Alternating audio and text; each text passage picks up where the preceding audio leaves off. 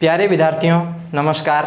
आप सभी का एक बार फिर से आपके अपने स्टडी विद स्टूडेंट्स के इस यूट्यूब चैनल पर हार्दिक स्वागत है। और स्टडी विद स्टूडेंट्स के इस यूट्यूब चैनल से जुड़े प्रत्येक तमाम छोटे बड़े भाई बहनों का और पेरेंट्स का मैं हृदय की अटल गहराइयों से हार्दिक स्वागत करता हूँ। देखिए, आज जो अपन बात कर रहे हैं वो बात करेंगे रक्षाबंधन की। रक्षाबंधन वो पवित्र त्यौहार है जो भाई और बहन के मध्य होता है और ये एक विश्वास का और भावनाओं का रिश्ता है जो सिर्फ मात्र एक रेशमी धागे से बंधा होता है। और इन रेशमी धागों की जो शक्ति होती है वो लोहे की जंजीरों से भी कई गुना ज़्यादा होती है। रक्षाबंधन हिंदू धर्म के प्रमुख त्योहारों में से एक है जो पूरे भारतवर्ष में बड़े उत्साह के साथ मनाया जाता है। इस त्यौहार को राखी का त्यौहार भी कहा जाता है और यह त्यौहार प्रत्येक वर्ष श्रावण मास की पूर्णिमा को मनाया जाता है। रक्षाबंधन के दिन बहन अपने भाई की आरती उतारती है तथा भाई के माथे पर तिलक लगाकर उसके दाहिने हाथ की कलाई पर राखी बांधती है। भाई भी बदले में रुपए व उपहार स्वरूप कुछ भेंट देता है। भाई की राखी बांधते समय बहन की ये कामना रहती है कि मेरा भाई हमेशा सुखी प्रसन्न रहे और अपने यश और कुल का नाम ऊंचा करे। और भाई भी हर स्थिति में बहन की रक्षा करने का वचन देता है। और एक बात बता दें कि राखी केवल खून के रिश्तों तक ही सीमित नहीं है, बल्कि किसी अजनबी बहन द्वारा राखी बांधने पर उसकी और उसके रिश्तों की रक्षा के लिए हमेशा के लिए वचनबद्ध होना पड़ता है।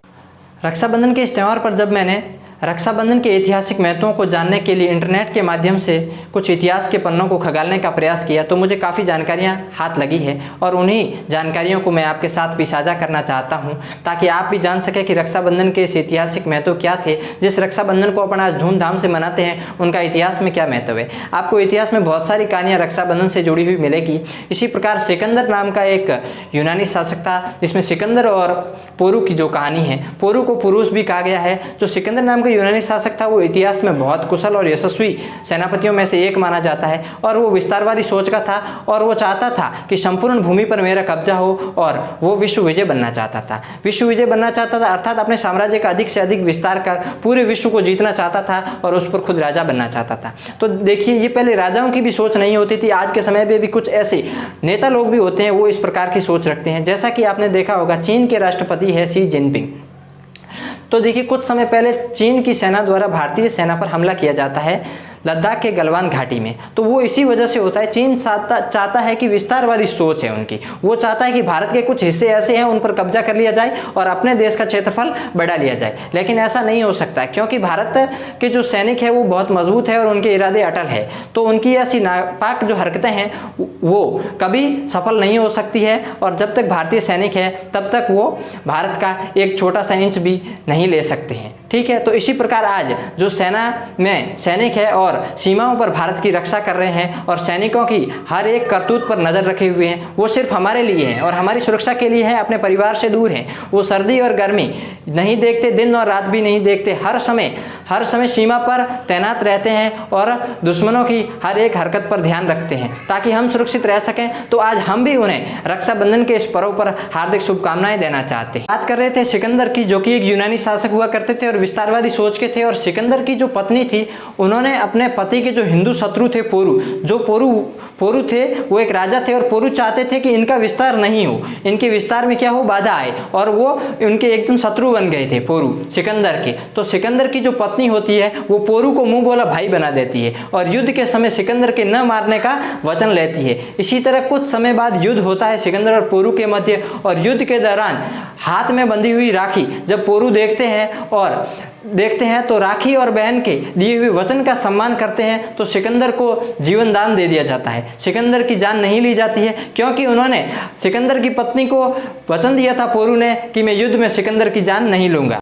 और रक्षाबंधन के संबंध में एक और कहानी का भी उल्लेख मिलता है इतिहास में कि महाभारत की कथा के अनुसार माना जाता है कि द्रौपदी और श्री कृष्ण दोनों में अच्छी मित्रता थी। देखिए, द्रौपदी कौन थी? द्रौपदी 5 पांडवों की पत्नी थी जिसे पांचाली भी कहा जाता है। तो श्री कृष्ण और द्रौपदी में अच्छी मित्रता थी। श्री कृष्ण और द्रौपदी हर संकट में एक दूसरे का साथ देते थे। जब शिशुपाल का वध किया था भगवान श्री कृष्ण ने तो सुदर्शन जो चक्र होता है उससे श्री कृष्ण भगवान की उंगली कट जाती है और जब श्री कृष्ण भगवान की उंगली कट जाती है और उनके उंगली से खून बहता देखती द्रौपदी है तो द्रौपदी अपने साड़ी का एक पल्लू फाड़कर श्री कृष्ण भगवान की उंगली पर बांध देती है। तब भगवान श्री कृष्ण कहते हैं कि ये जो साड़ी का पल्लू है ये तुम्हारे जीवन में बहुत काम आएगा और ऐसा ऐसा ही होता है। कुछ समय आगे जाकर देखते हैं कि पांडव इंद्रप्रस्थ से जुए में हार गए। जो पांडव होते हैं, जो द्रौपदी के 5 पति वो होते हैं, वो इंद्रप्रस्थ से जुए में हार जाते हैं। तो वो क्या करते हैं कि जुए में द्रौपदी को भी दांव पर लगा देते हैं। और द्रौपदी को जब दांव पर लगाते हैं तो भरी सभा में दुशासन होता है, जो कि 100 कौरव होता है, उनमें से एक होता है। वो द्रौपदी के बाल पकड़कर भरी सभा में द्रौपदी का चीर हरण करने की कोशिश करता है। तो द्रौपदी दुखी और संकट के समय भगवान श्री कृष्ण को याद करती है, पुकारती है, और भगवान श्री कृष्ण वहाँ हाजिर हो जाते हैं और अपनी शक्ति के माध्यम से उनकी साड़ी को इतना लंबा करते हैं कि दुशासन खींचते खींचते थक जाते हैं और गिर जाते हैं, लेकिन साड़ी का अंतर नहीं आता है। इसी प्रकार भगवान श्री कृष्ण ने अपने इस बंधन का उपकार चुकाया। तो अंत में मैं आपको यही कहना चाहता हूँ कि आज की इस भागदौड़ भरी जिंदगी में हर कोई अपने अपने कामों में व्यस्त रहता है, पर रक्षाबंधन जैसे जो कुछ त्यौहार होते हैं वो हमें इस व्यस्तता से मुक्त करते हैं और अपने प्रियजनों से मिलने का सुअवसर भी प्रदान करते हैं, और हम उनसे अलग से मिल सकते हैं, आराम से बातें कर सकते हैं। तो ऐसे त्योहारों का होना बहुत ज़रूरी है। तो आज के इस वीडियो में आपको मैंने रक्षाबंधन के ऐतिहासिक महत्व को जो भी जानकारी थी वो आपको देने का प्रयास किया।